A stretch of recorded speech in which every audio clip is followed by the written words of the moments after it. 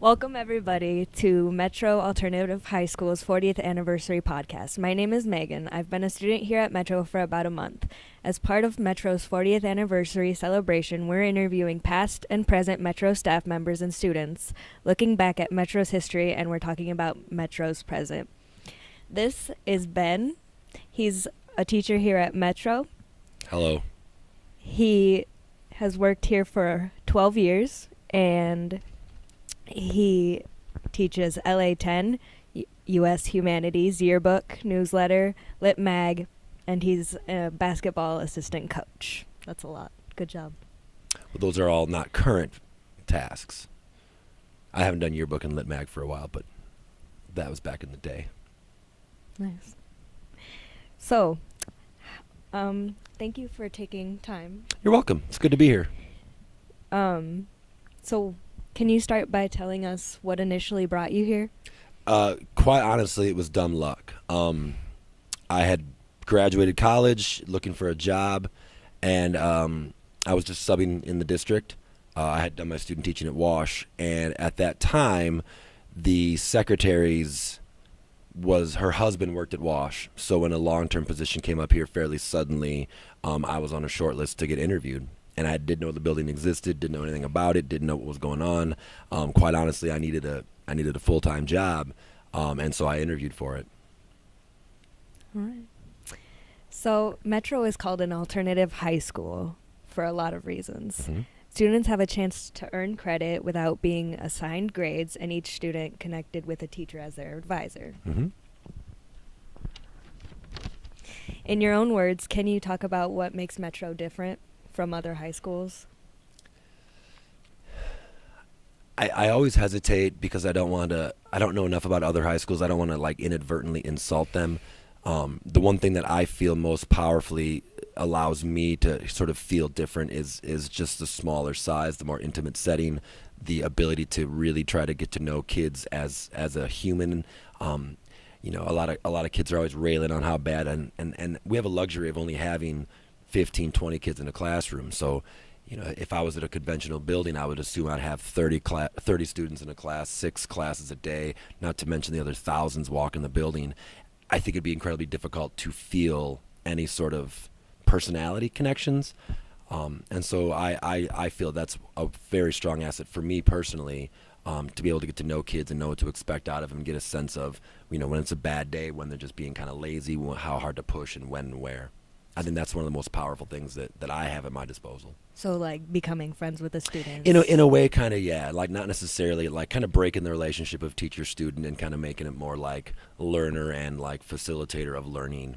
So you can, know more about them and how they will learn? Yeah. I mean, most people have a story, and that the more you know about that story, the more it kind of informs how to handle that situation and what they're truly capable of, what they're dealing with.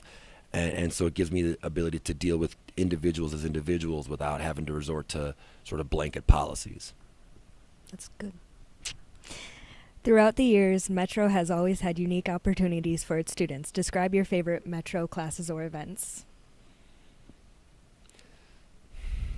I take a lot of pleasure from all the non-curriculum events, the volunteer days, the service days, the Thanksgiving dinner, the opportunities to connect with kids outside of the classroom. I enjoy being a part of the basketball team and having that opportunity to extend those relationships and that learning beyond books and writing and stuff. And those are events when I was a kid when I was a student I wouldn't have enjoyed. I didn't really join things. So it's kind of interesting to be on the other side of things and really see the benefits of those, and kind of wish that I could go back and do it a little differently when I was your age. So has Metro changed your life in any way? Well, yeah, of course. I mean, it's given me a whole new perspective on adversity, on struggles, on personal achievement, on accomplishments. It's given me to sound a little bit cheesy, it's given me a sense of purpose. I feel like I'm doing good in the lives of at least a couple of young people, if I don't want to sound too egotistical.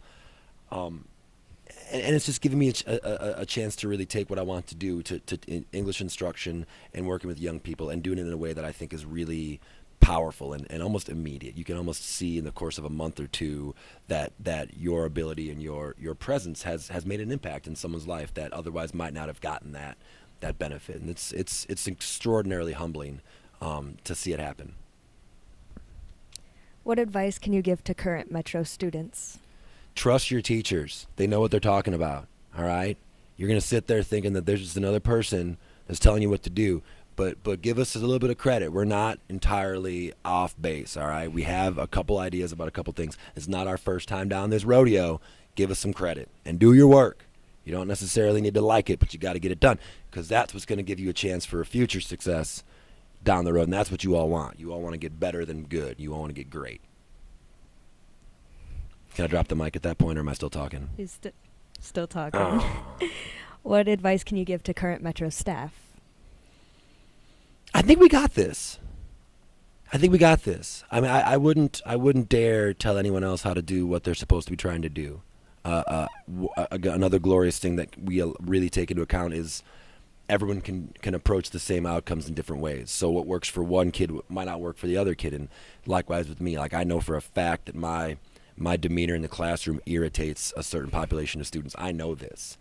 It irritates me a little bit, but I also know that it has shown to connect some kids and get them interested and get them excited. So I wouldn't tell anyone else to do things like I'm doing because I don't pretend to have the answers. I have an answer. So do you feel like a connection with the kids, like you can trust them? And generally speaking, yeah, it's give and take. You know, like I've definitely come across kids who clearly have walls up and barriers up, and they don't have any interest in letting anyone in or letting anyone know. You know, they're gonna fight it tooth and nail or passively just not do anything, and you got to let that be. I mean, like I've yet to find a way to force it because that's not gonna get any ground. I lost track of the question. just like, do you feel connected to Oh, the absolutely, kids? yeah. So then when it works, so like there are kids who come in and I can almost peg them. There are kids who come in and you can almost just tell that they know this is gonna suck. They know it's gonna be garbage. It's another school, another place. Don't want to be here. And after a couple, 3, 4, 5 days, you can almost see them kind of like, oh, this ain't so bad. Like, I think I can get used to this. So you've noticed a positive change? Absolutely, yes. The answer is yes. I've noticed a positive change. Yes. Okay. Tough one. Yes. Very interesting. Well, thank you for taking time out of your schedule to My pleasure. be here. My pleasure. That's good.